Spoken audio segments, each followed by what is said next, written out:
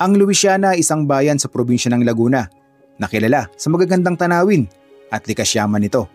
Partikular ang mga waterfalls na dinarayo ng mga turista.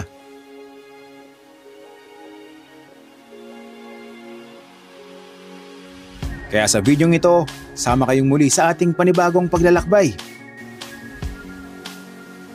Titikman natin ang isa sa pinagmamalaking lokal na kakanin ng bayan ng Luisiana, ang bibingka. Ramdam na ramdam mo talaga na mabubusog ka kaagad sa isang pirasong bibingka pa lang. Bibisitahin natin ang Aliw Falls at mamangha sa natatanging kagandahan nito.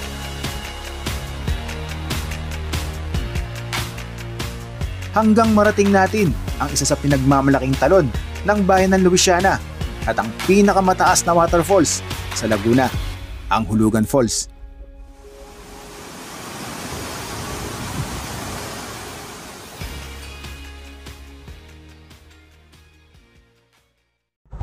Welcome pong muli sa ating panibagong motorcycle adventure. Yan, nalibot na natin ang ganda ng pagsanahan. Napuntahan natin yung pagsanahan o yung Cavinti Waterfalls nung nakaraang episode natin. So ngayon yung episode 3 natin na ginagawang pag-ikot dito sa Laguna. So magsisimula tayo dito sa pagsanahan.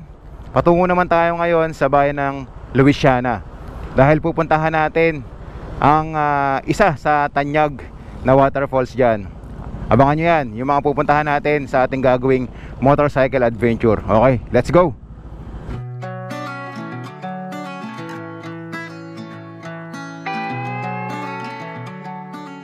Mula dito sa Pagsanhaan, Laguna, magmamotor tayo ng mga 18 minutes, 11 kilometers, malapit lang. Babalik tayo dun sa dinaanan natin sa bayan ng Cavinti. Yun ang magiging ruta natin. Kaya yung kalsada na dinadaanan natin ngayon, ito yung Pagsanhaan Cavinti Road papuntang Luisiana, Laguna. More on kurbada na kalsada yung dadaanan nyo dito, no? Kung kayo pupunta ng Pagsanhaan, Cavinti o papuntang Luisiana. So ayan, dito na tayo sa Cavinti ulit. Maligayang pagdating, Cavinti, Laguna. So ilang minuto lang, mga nasa 5 minutes lang yata mula dun sa bahay na tinuluyan natin. Narating na natin ang Cavinti.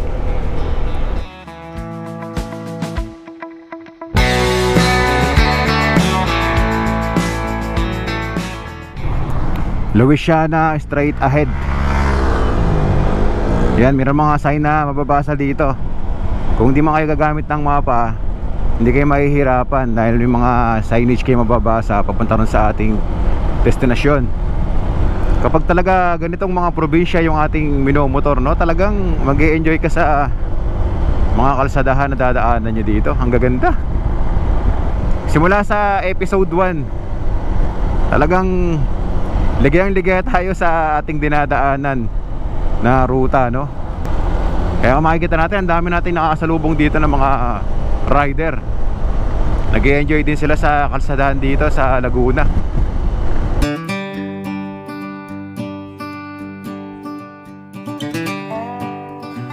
Kapag po kayo ay nagpaplano na ikutin din ang probinsya ng Laguna, kapag kayo nasa Lumban, Laguna na, Cavinti, Pagsangaan, yan, magkakadikit lang sila. Kaya hindi kayo mahihirapan na libutin yung mga tourist spot dito sa probinsya ng Laguna.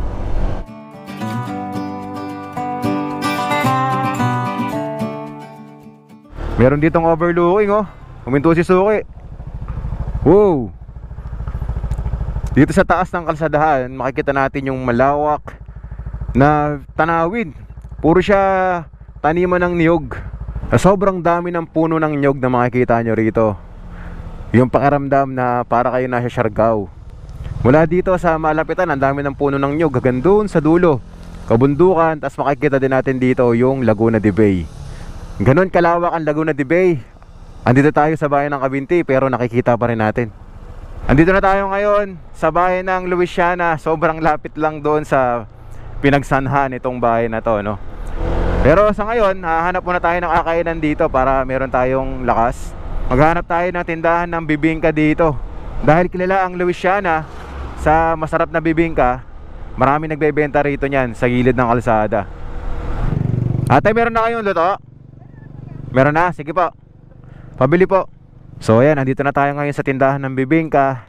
Titikman natin yung authentic na bibingka dito sa Luisiana, Laguna. Ito yung tindahan ng bibingka na napili natin. Yan si Ate. Ate Malo. Si Ate Malu.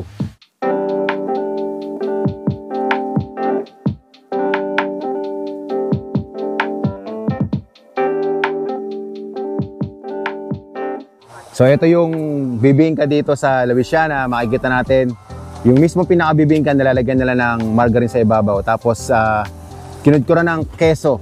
Sa 3 pirasong bibingka na bibili nyo dito for 100, meron na siyang kasamang bayong na gawa sa pandan. Pwede nyo pa itong mauwi sa bahay. So ito yung magandang katambal ng bibingka, black coffee. Bibili nyo din dito yan kay Ate Malu. Tikman na natin. Grabe, napakasarap. Lasang-lasa mo yung buko, pinaghalo yung margarine, tapos yung keso. Isang piraso pa lang yung nakakain natin na bibingka eh. Ramdam na agad natin na busog tayo. Ang bigat sa tiyan. Ang ingredients pala na ginamit dito sa bibingka, bigas na may halong malagkit na bigas, tapos buko. Dagdagan mo pa ng keso at margarine, kaya talagang masarap. Kung gusto nyo pong matikman yung bibingka ni Ate Malu, yung pwesto niya dito lang mismo sa harap ng Pilgrims, yung pupuntahan natin mamaya. Highly recommended yung kanyang bibingka, talagang masarap. Ate Malu bibingka, oh. Natikman na natin yung bibingka dito sa Luisiana, Laguna. At ngayon, papasok tayo dito sa may Pilgrim Stream para puntahan naman yung Aliw Falls. Dito lang yan sa harap ng bibingkahan ni Ate Malu. Yan o, Pilgrim Stream.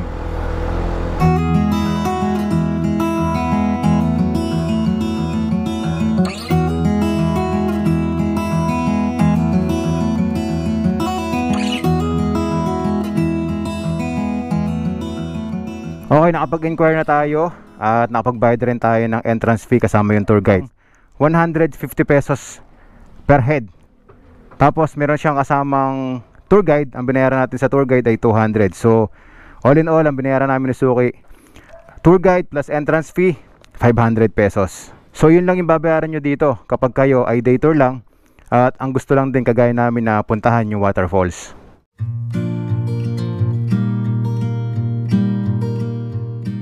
Sisimula na tayo mag-trekking papunta doon sa Aliw Falls. Sabi nung tour guide natin, ang lalakarin natin mga nasa 1.2 kilometers. So siguro baka more or less 15 minutes. At ito yung mga kasama natin na tour guide dito. Opo. Yan, ano po pangalan niyo, kuya? Henry. Yan, si Kuya Henry. Dito meron tayong makikita na replica ng isang helicopter. Ito daw yung pinakamalaking resort dito sa bayan ng Luisiana, Laguna. Habang tayo ay naglalakad, matatanaw pala natin dito ang Mount Banahaw. Kaso sa mga oras na to, natatakpan siya ng makapal na ulap. Kaya hindi natin nakikita yung buong ganda ng Mount Banahaw. May helipad pala dito, no? Yung pong mga VIP namin guys, dyan naglalan. Kung si BP Sara nga po dyan, naglad nung Pandan si BP Festival Sara. ng Luisiana. Okay. Dyan So siya para daw sa mga VIP na guest nila dito sa Pilgrim Dreams, Mr. Bernie Caramba. Oo. Siya yung owner ng Pilgrim Dream Oo. Resort.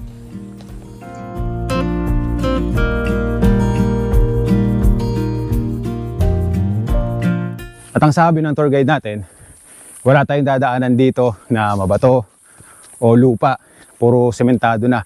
Naayos na nila yung lalakaran ng mga guests dito na gustong makita ang ganda ng Aliw Falls. Presko din yung mararamdaman nyo dito habang kayo ay naglalakad. Dahil nga makapal yung mga punong kahoy na nakapalibot, makulimlim.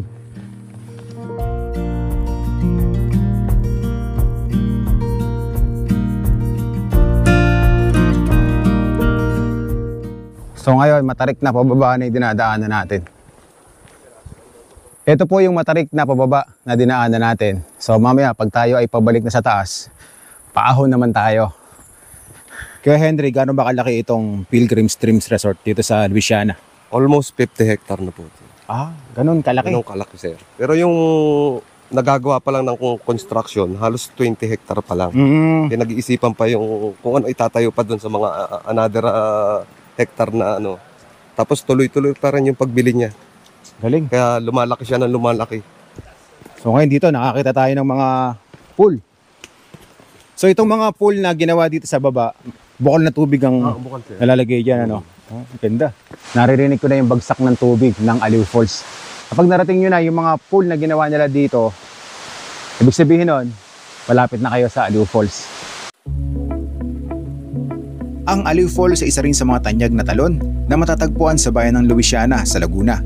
Kilala ito sa kanyang maganda at malamig na tubig na dumadaloy mula sa bundok at ilog.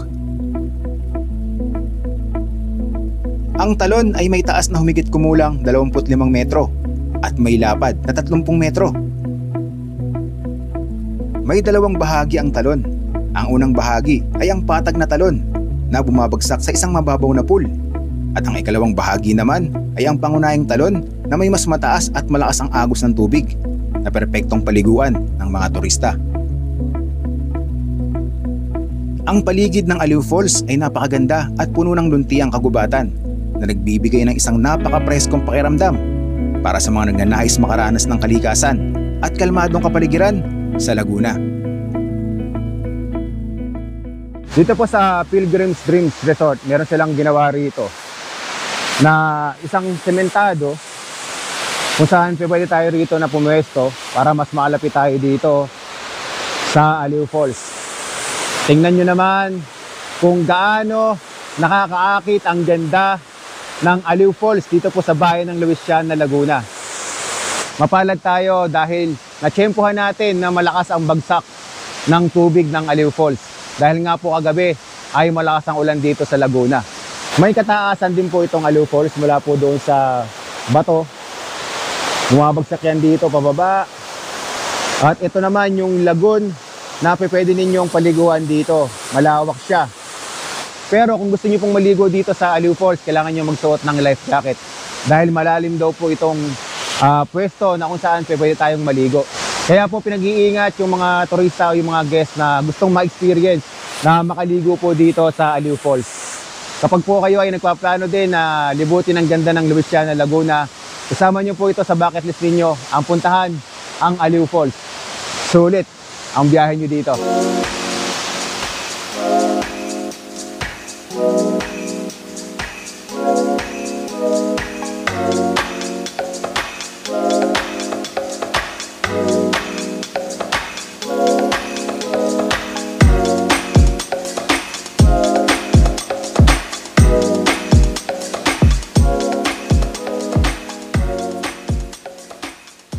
Meron tayong pwedeng akyatan dito para makita naman natin yung mismong pinakaibabaw ng falls.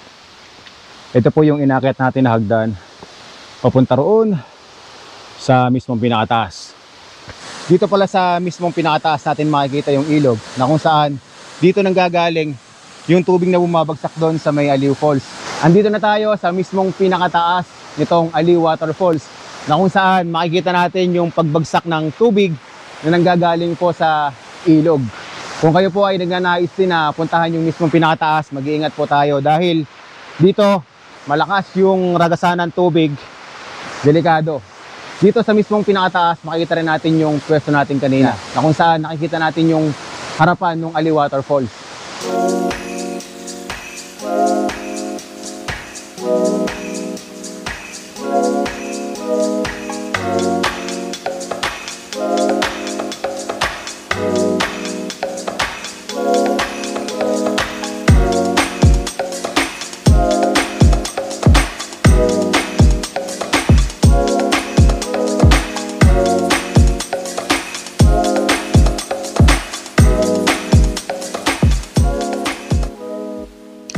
Habang tayo ay naglalakad pababa na, yan, meron tayong nakita rito na kulay berde na ahas.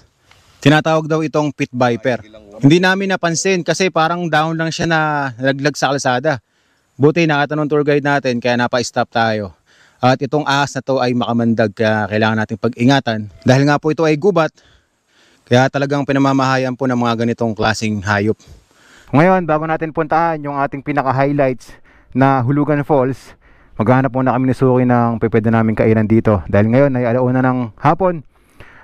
Nagutom tayo dun sa ating ginawang trekking papunta dun sa Ali Falls. And syempre bago tayo pumunta sa Hulugan Falls, dahil talagang matindi daw yung gagawin nating trekking doon, kailangan muna nating kumain para meron tayong lakas. Dito na kami nakahanap ng karinderya na pwede nating kainan. So ito yung na-order natin na pagkain. Adobong baboy. Kay Suki naman, bok choy. Ito lang yung mai-recommend ko sa inyo na karinderya na malapit doon sa mismong pinaka jump off point ng Hulugan Falls.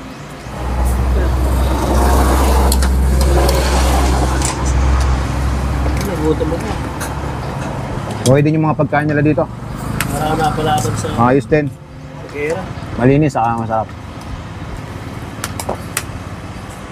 Okay, nakakain na tayo. Ready na tayo sa ating trekking na gagawin papunta doon sa Hulugan Falls. So yung ibang gamit natin, iniwan na natin dito sa karinderya na ating kinainan. Nakisuyo kami. Babait nung may-ari dito. Babalikan na lang natin pagkatapos nating mag-trek o mapuntahan ang Hulugan Falls. Ngayon, papunta na tayo sa pinaka jump off point ng Hulugan Falls. Hindi natin natapatan ng maganda panahon ngayon. Paambon-ambon dito, paulan-ulan. Sa ngayon, tumigil. Pero madilim pa rin ang kalangitan kung makikita natin. Kaya posible na habang tayo ay nagte-trekking ay abutan tayo ng malakas na ulan. So sana safe nating magawa itong ating gagawin na paglalakbay papunta sa Hulugan Falls. Dahil hindi raw basta-basta yung trekking na gagawin natin dyan. Matarik. Madulas ang daan, lalo na daw kapag umuulan. Sabi ng mga lokal na nakausap natin. Ito na yung mismong pinaka-arko, Barangay San Salvador. Yan. And makikita natin dito, meron silang malaking tarpaulin, nakasulat, Hulugan Falls, Barangay San Salvador, Luisiana, Laguna. So sa lahat ng mga followers and subscribers ko na magpaplano din na puntahan itong Hulugan Falls, ito po yung mismong pinaka-jump off. Magpaparegister tayo dito, magbabayad para makakuha tayo ng tour guide na sasama sa atin. Hindi na po kami magre-register? Doon pa sa baba, sir, sa parking area. Doon pa po? Sige po. Tour guide lang po dito. Okay. So dito pala yung mismong pinaka-tour guide lang pagkakukuha kayo ng tour guide. Yung registration area at yung magbabayad tayo, doon pa daw. Ngayon, kasama na natin yung tour guide natin. Andyan sa tricycle na nasa harapan natin, nakasakay na. Ito na yung registration area, Hulugan Falls, Barangay San Salvador, Luisiana, Laguna. At dito naman natin ipapark yung motor natin, or kung kayo ay naka 4 wheels, yan, malawang yung parking nila dito.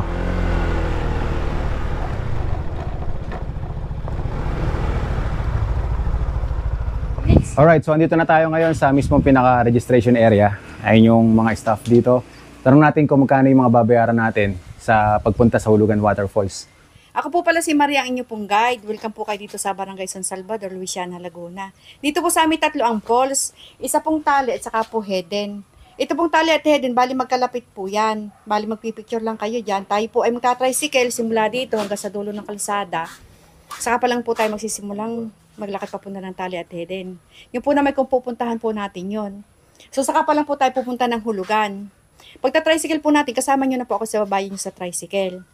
Tanong ko lang sa inyong medical condition kung meron po kayong asma, sakit sa puso, saka po ang high blood. Kasi yung pong bababay na takyatin natin nasa 80 degree. Apo. Pwede po kayo magdala ng pagkain, pero ang basura po natin, hindi po natin pwedeng iwanan. Ang environmental po namin dito is 50 pesos. Ang minimum guide po namin is 500. 500 pesos sa tour guide, good for 5 na tourists. At magbabayad tayo ng 50 pesos per head na environmental fee. At yung tricycle na sasakyan natin, tiga 20 pesos per head. No? So, Sa parking fee po ay 4 wheels 50, sa motor 25 pesos. yun po yung mga fees na babayaran ninyo kapag po magpaplano din kayo na puntahan ang Hulugan Waterfalls. Po si Sir, tigisa po. Tigisa po. Yan. So baka may waiver pala na napipila pa na, no? I've been feeling so small. Watch the clock ticking off the wall. But tonight I'm letting it go. Spend my coin for sure. I'm gonna be myself, or I could be someone else. Ito na yung simula ng ating trekking. Yan, nakita natin dito yung mismong pinaka-presidente ng mga tour guide dito sa Hulugan Falls. Yan, magandang hapon po, sir. Magandang hapon po. Yan. Welcome kayo sa aming barangay. Alright. Maligayang pagdating sa inyo. Oo po. Noon daw, yung mga pumupunta rito na turista, simula pa lang doon sa mismong pinaka-registration area, ay naglalakad na sila dahil hindi pa daw maganda yung kondisyon ng daan. Dahil nga ngayon, sementado na. Pwede na tayo sumakay sa tricycle. Malayo-layo din yun. Siguro baka nasa kulang-kulang 2 kilometro din yung matitipid natin na paglalakad papunta ron sa waterfalls. Ito na yung dinadaanan natin ngayon. Naglagay sila ng mga bato para magmistulong hagdan para mas mapadali po yung pag-akyat ng mga turista na pupunta rito. Kasama natin ngayon si Nanay Marie, yung ating tour guide. Na ilang taon na po kayo? 58 po. Grabe, 58 years old. Yung kasama natin, ang lakas-lakas. Mas malakas pa daw kay Suki. Imagine yung trekking dito ay hindi rin basta-basta. Marami tayong napanood ng mga videos at talagang matarik.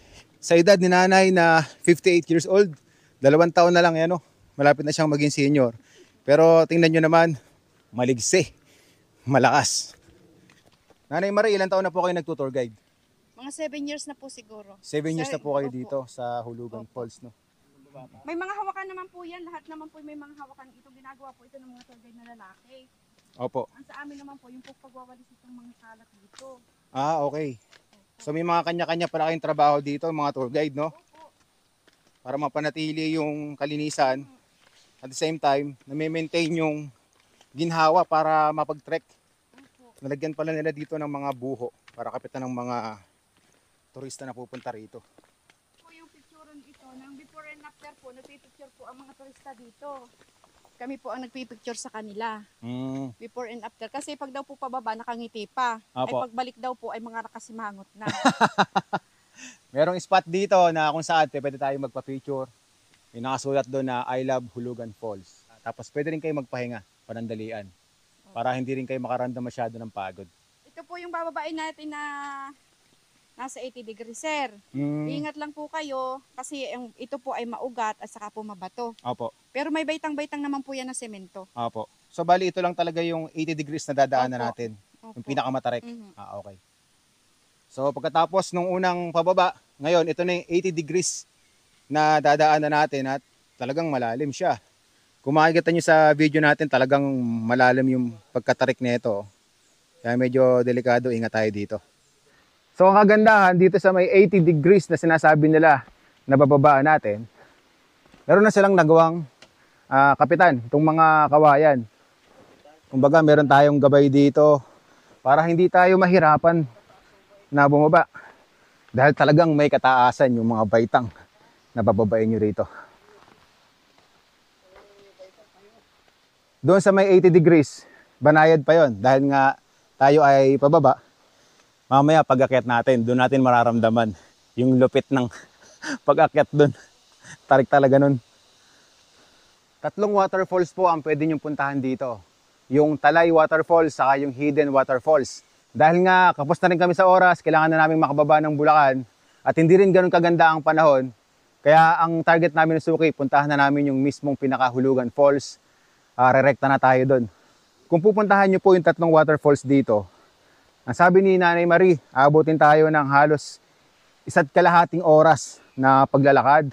Pero kung ang pupuntahan nyo po ay yung Hulugan Waterfalls, sabi ni Nanay Marie, kapag mabilis naman yung lakad na gagawin natin papunta sa Hulugan Waterfalls, kaya daw ang 20 minutes. Pero kung medyo mabagal, nasa 30 minutes.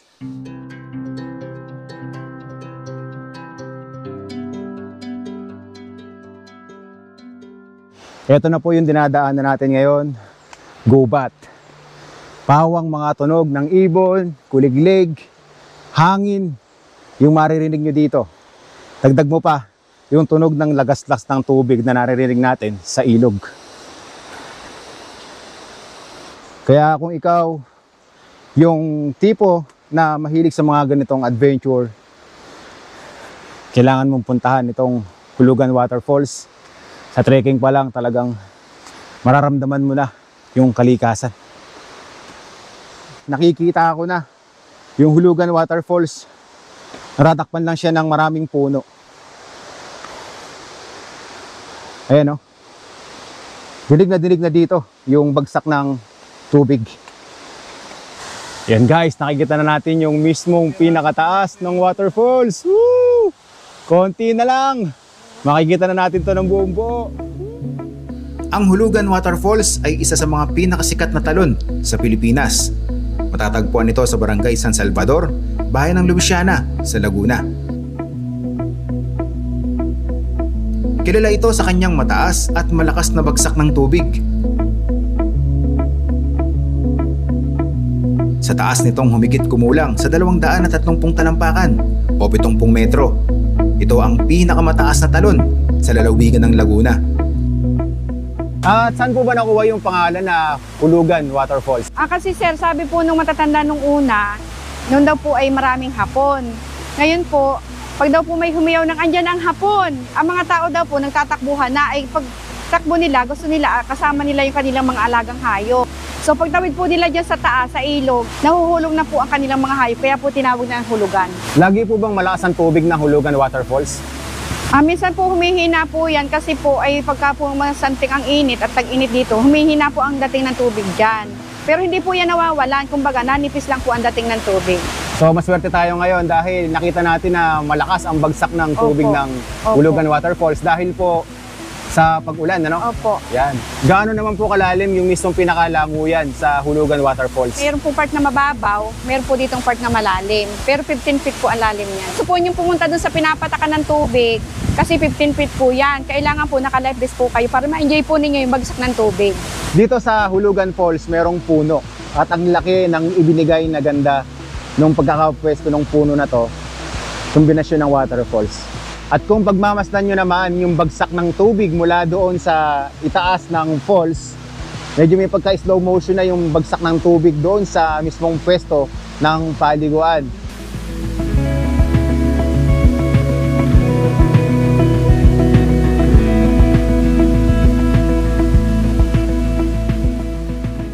Puntahan natin yung pwesto na kung saan pwede tayong maligo. Kailangan nating dumaan dito sa gilid, sa mga bato. Mag-ingat lang po tayo dahil medyo madulas. Nakakalula talaga yung taas na itong waterfalls.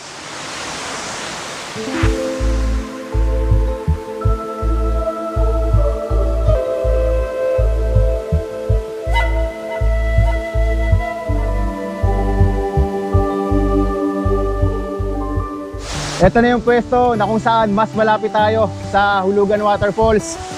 Napakalakas ng hangin dito dahil nga ang lakas ng bagsak ng tubig ngayon ng Hulugan Waterfalls. Isa po ito sa mga pinangarap natin na mapuntahan dito sa Pilipinas, ang Hulugan Waterfalls. At masaya po ako na naibahagi ko sa inyo ang pinakamataas na waterfalls po dito sa probinsya ng Laguna. Ang Hulugan Falls ay isa sa mga nakatagong hiyas ng Laguna na tiyak na magbibigay ng kasiyahan at pagkamangha sa mga bisitang mahilig sa kalikasan at adventure. Ang lugar na ito ay hindi lamang isang destinasyon para mag-relax, kundi isang oportunidad upang mas ma-appreciate ang kagandahan ng kalikasan sa Pilipinas. It really makes me wonder. Yeah, it makes me wonder. Ooh, I wonder. Ooh, I just wonder. It really makes me wonder. Tapos na po ang ating ginawang paglalakbay dito po sa probinsya ng Laguna. Nakakapagod man po yung ating ginagawang content, pero sulit na sulit naman po kapag nakikita natin ng personal yung mga tourist spot o yung magagandang tanawin dito sa ating bansa. Sa mga followers and subscribers po natin, please po paki-subscribe po natin. Panoorin din po natin ang ginagawang mga content ng ating kaibigan na si Suki Moto. Yan, available po yan YouTube and Facebook. Okay, pauwi na tayo ng Bulacan. Mula dito sa Cavinti, Laguna, magbabiyahe pa tayo ng kulang 4 na oras. Maraming salamat. Kita-kits po tayo sa ating susunod na motorcycle adventure. Ang ganda ng Pilipinas, magmotor lang tayo. Woo!